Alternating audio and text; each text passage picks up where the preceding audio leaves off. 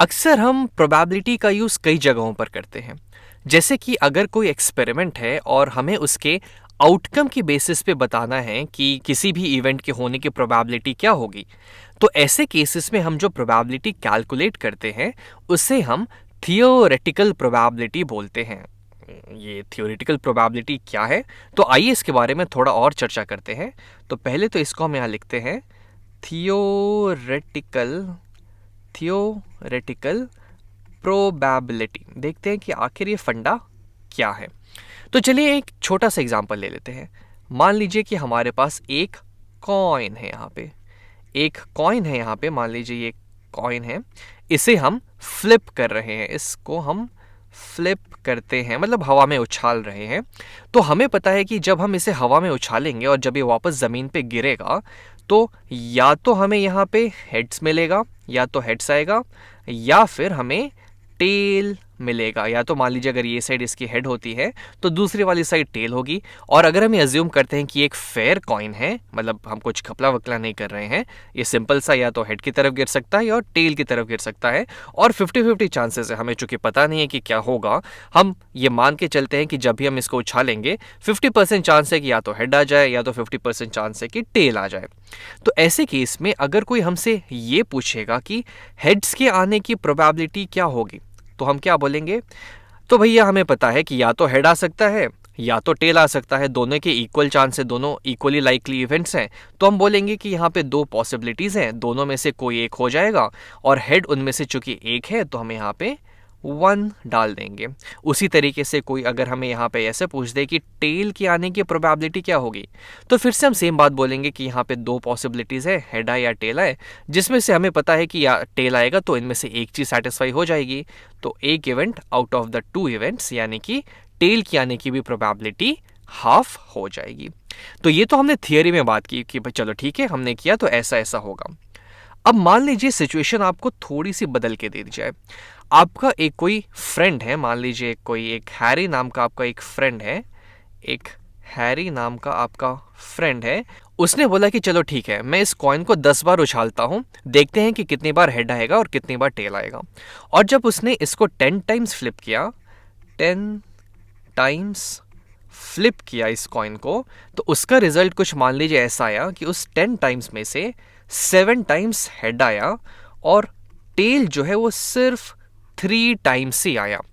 तो इस एक्सपीरियंस के बेसिस पे, ये जो एक्सपेरिमेंट उसने किया, इस डेटा के बेसिस पे अगर हम प्रोबेबिलिटी कैलकुलेट करें कि जब उसने 10 बार कॉइन फ्लिप किया तो उसमें से 7 बार हेड आया और सिर्फ 3 बार ही टेल आया, तो probability of getting a head वो कितना होगा?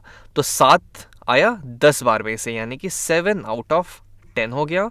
और अगर इसके बेसिस पे, इस एक्सपेरिमेंट, इस डेटा के बेसिस पे अगर टेल्स के आने की प्रोबेबिलिटी कैलकुलेट करें, तो वो हो जाएगी 10 बार में से 3 बार टेल आया, यानी कि 3/10 के बराबर।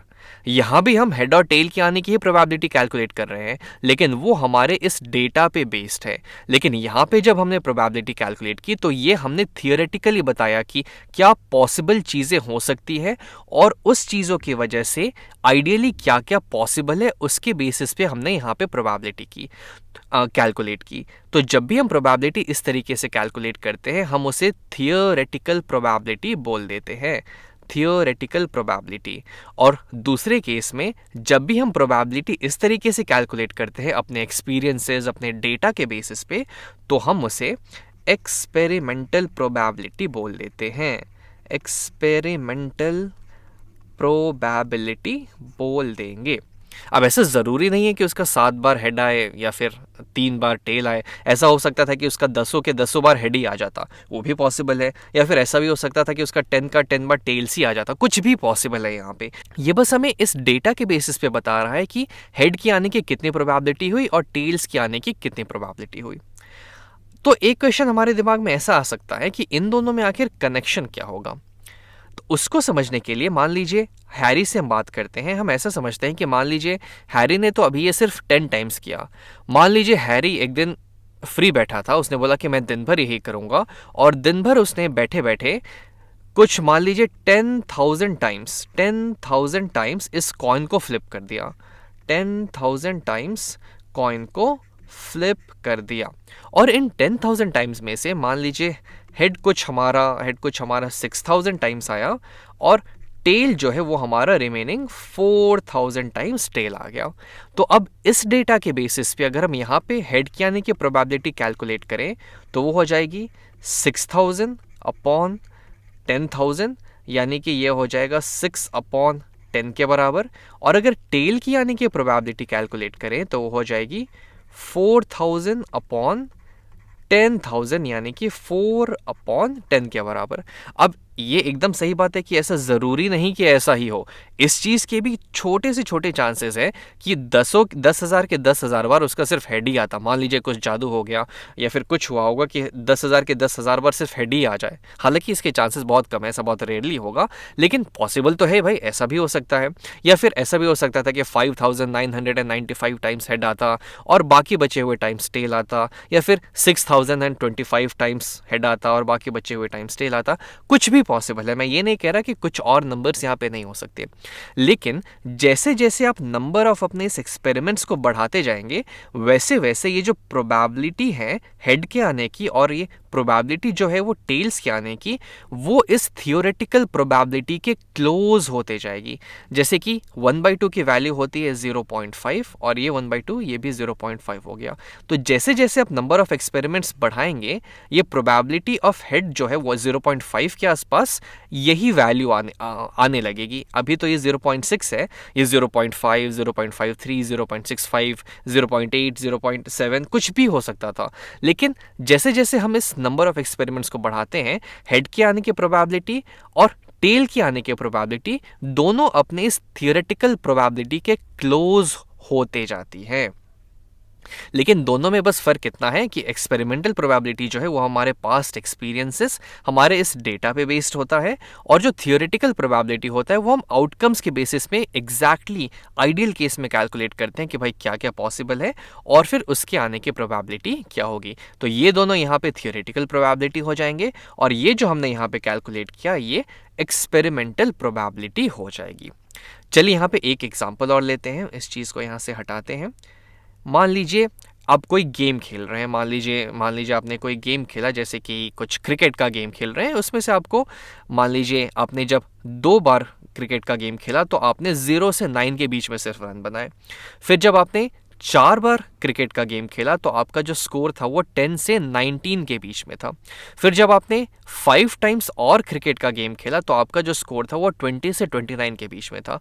उसी तरीके से जब आपने 3 गेम और खेले तो आपका जो स्कोर था वो 30 से 39 के बीच में था, और फिर 2 और गेम के लिए आपका जो स्कोर था वो 40 से 49 के बीच में था।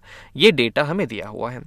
अब मान लीजिए हमें यहाँ पे पूछा जाए कि हम अगला गेम मान लीजिए खेलने जा रहे हैं। अभी तक हमने कितने गेम यहाँ पे खेले हैं, तो 2 गेम यहाँ पे खेल चुके हैं, 2 गेम हम यहाँ पे खेल चुके हैं, 4 गेम यहाँ पे, 5 गेम यहाँ पे, 3 गेम यहाँ पे और फिर से 2 गेम यहाँ पे, यानी 4 + 2 6, 6 + 5 11, 11 और 5 16 गेम्स हम खेल चुके हैं ऑलरेडी। मान लीजिए हम 17th गेम खेलने जा रहे हैं, 17th गेम हम खेलने जा रहे हैं, 17th गेम, और हमसे पूछा गया कि अच्छा चलो ठीक है हम गेम खेलने तो जा रहे हैं, लेकिन इस बात की क्या चांसेस हैं कि हमारा जो स्कोर यहाँ पे होगा, हम जितना भी रन्स यहाँ पे स्कोर करेंगे वो जो होगा वो 30 से ज़्यादा होगा, ग्रेटर देन इक्वल टू 30 होगा। इस बात की क्या प्रोबेबिलिटी है, इस बात की क्या प्रोबेबिलिटी है, इस बात के क्या चांसेस हैं वो हमें बताएंगे। अब सिचुएशन कभी भी कुछ भी बदल सकती है। हो सकता है जब आप 17 गेम खेलने जाए, 17वां गेम जब आप खेलने जाए तो आपका कैप्टन चेंज हो जाए, आपके प्लेयर्स चेंज हो जाए, पिच थोड़ी सी खराब हो, या फिर कुछ भी हो सकता है। मतलब बहुत सारी पॉसिबिलिटीज़ हैं। लेकिन एक रफ एस्टिमेट के लिए कि आखिर क्या पॉसिबल हो सकता है, आखिर हमने जितने भी गेम्स अभी तक खेले उसके बेसिस पे अगर हम देखें कि हमारा स्कोर 30 से ज़्यादा आने के कितना चांस है, तो वो हम यहाँ पे देख सकते हैं। और वो हम कैसे देखेंगे, तो हमने यहाँ पे देखा है कि टोटल गेम्स हमने यहाँ पे 16 खेले। टोटल गेम्स जो हमने यहाँ पे खेला वो 16 था। अब 16 में से कितने गेम्स में से हमारा जो स्कोर है वो 30 से ज़्यादा है। अब इसके लिए ये जो हमने यहाँ पे 3 गेम खेले थे, यहाँ पे हमारा स्कोर 30 से 39 के बीच में है, यानी कि ये पॉसिबिलिटी हो गई। उसके अलावा जब हमने ये दोनों गेम भी खेले तो भी हमारा स्कोर 30 से तो ज़्यादा ही है, 40 से 49 के बीच में है, लेकिन 30 से ज़्यादा है, तो ये भी पॉसिबल हो गया। इसके नीचे जा नहीं सकते क्योंकि इसके नीचे जितने भी हमने गेम खेले थे वहाँ पे हमेशा हमारा स्कोर 30 से कम था, यानी कि 3 + 2 5 गेम्स के लिए, इन 16 गेम में से 5 गेम्स के लिए हमारा जो स्कोर था वो 30 से ज़्यादा था। यानी कि यहाँ पे probability of getting a score greater than equal to 30, और ये जो प्रोबेबिलिटी हम यहाँ पे कैलकुलेट करेंगे ये हमारी एक्सपेरिमेंटल प्रोबेबिलिटी होगी, एक्सपेरिमेंटल प्रोबेबिलिटी होगी, क्योंकि ये हम अपने डेटा के बेसिस पे, हमारे पास्ट एक्सपीरियंसेस के बेसिस पे इसे कैलकुलेट कर रहे हैं। हमें थियोरेटिकली पता नहीं है कि हम जो 17वां गेम खेलेंगे उसमें हम कितना स्कोर करेंगे वो तो कोई भी नहीं जानता। हो सकता है कि आप 100s में स्कोर कर जाए, हो सकता है कि आपकी पूरी टीम 0 पे आउट हो जाए, कुछ भी पॉसिबल है। लेकिन हमारे एक्सपीरियंसेस के बेसिस पे हम एक आइडिया तो लगा ही सकते हैं कि आखिर कितने चांस है कि हम 30 से ज़्यादा स्कोर करेंगे। तो ये हो जाएगा, अभी तक पास्ट में हमने 16 गेम्स में से 5 गेम्स में से 30 से ज़्यादा स्कोर किया है, यानी कि इसकी प्रोबेबिलिटी हो जाएगी 5 आउट ऑफ 16। यानी कि एक रफ आइडिया हमें ये लग जाएगा कि जब हम 17th गेम खेलने जा रहे हैं तो 30 से ज़्यादा स्कोर करने की जो एक्सपेरिमेंटल प्रोबेबिलिटी है वो 5/16 के बराबर हो जाएगी। लेकिन ऐसा ज़रूरी नहीं कि ऐसा ही हो सकता है कि आप 30 से बहुत ज़्यादा स्कोर कर दें, हो सकता है कि 30 से बहुत कम स्कोर कर दें। थियोरेटिकली हम कुछ भी नहीं कैलकुलेट कर सकते, और इसीलिए हम यहाँ पे थियोरेटिकल प्रोबेबिलिटी नहीं कैलकुलेट करेंगे, क्योंकि 17वें गेम में एग्जैक्टली क्या होगा वो आउटकम हमें एकदम पता नहीं है। जैसे कि हम नॉर्मल एक्सपेरिमेंट करते हैं तो हमें पता है, जैसे कि मान लीजिए हमने कॉइन को फ्लिप किया तो हमें पता है या तो हेड आएगा या तो टेल आएगा, यही 2 पॉसिबिलिटी है। लेकिन यहाँ तो बहुत सारी पॉसिबिलिटी है। मान लीजिए आपकी टीम 1 रन बनाए, आपकी टीम 100 रन बनाए, आपकी टीम 200 रन बनाए, कुछ भी पॉसिबल है। तो यहाँ पे हम थियोरेटिकल प्रोबेबिलिटी नहीं कैलकुलेट करते हैं। ऐसे केसेस में हमारे जो पास्ट एक्सपीरियंस है, हमारे पास जो डेटा हमने कलेक्ट किया है, उसके बेसिस पे हम यहाँ पे एक्सपेरिमेंटल प्रोबेबिलिटी कैलकुलेट करते हैं। जैसे कि हमने यहाँ पे कैलकुलेट किया कि 30 से ज़्यादा स्कोर करने की प्रोबेबिलिटी 17th गेम में वो 5/16 के बराबर होगी। लेकिन इसको आप बहुत माइन्यूट तरीके से इस पर आप ज़्यादा फोकस नहीं कर सकते। ऐसा नहीं कि आप ये सोच के जाएं और डीमोटिवेट हो जाए, फिर आप मेहनत ही ना करें या फिर कुछ और सोच लें। ये बस हमें एक रफ एस्टिमेट दे दिया है। आप चाहे तो इसमें चमत्कार भी कर सकते हैं, थियोरेटिकली कुछ भी पॉसिबल कर सकते हैं।